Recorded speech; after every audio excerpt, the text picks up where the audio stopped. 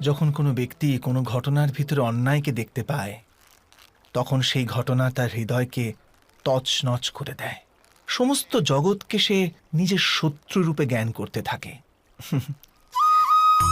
অন্যায় বলে মনে হওয়া সেই ঘটনা যত বিরাট হয়, মানুষের হৃদয়ও কিন্তু ততই বিরোধিতা করতে থাকে। সেই ঘটনার পরিপ্রেক্ষিতে সে ন্যায় দাবি করে। আর এটা তো যোগ্য কথা। বাস্তবিক সংসারে যে কোনো রকমের অন্যায় ব্যক্তির আস্থা আর বিশ্বাসের বিনাশ করে। কিন্তু এই ন্যায় কাকে বলে? ন্যায়ের অর্থ কি?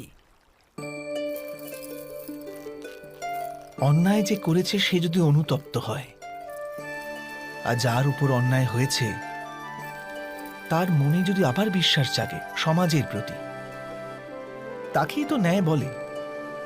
কিন্তু যার হৃদয়ে ধৈর্যের স্থান নেই, সে ন্যায়ের পথ ছেড়ে দ্বন্দ্ব আর প্রতিশোধের পথ বেছে নেয়। হিংসার বদলে প্রতিহিংসার ভাবনা নিয়ে সে এগিয়ে যায়। স্বয়ং যা পীড়া ভোগ করেছে তার চেয়ে অধিক পীড়া অপরকে দেবার প্রয়াস করে। আর এই পথে চলতে গিয়ে অন্যায় যার উপর হয়েছে সেই স্বয়ং অন্যায় করে ফেলে। শীঘ্র সে অপরাধী হয়ে যায়।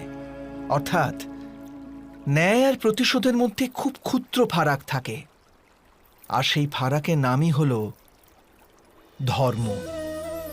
এটা কি সত্য নয়?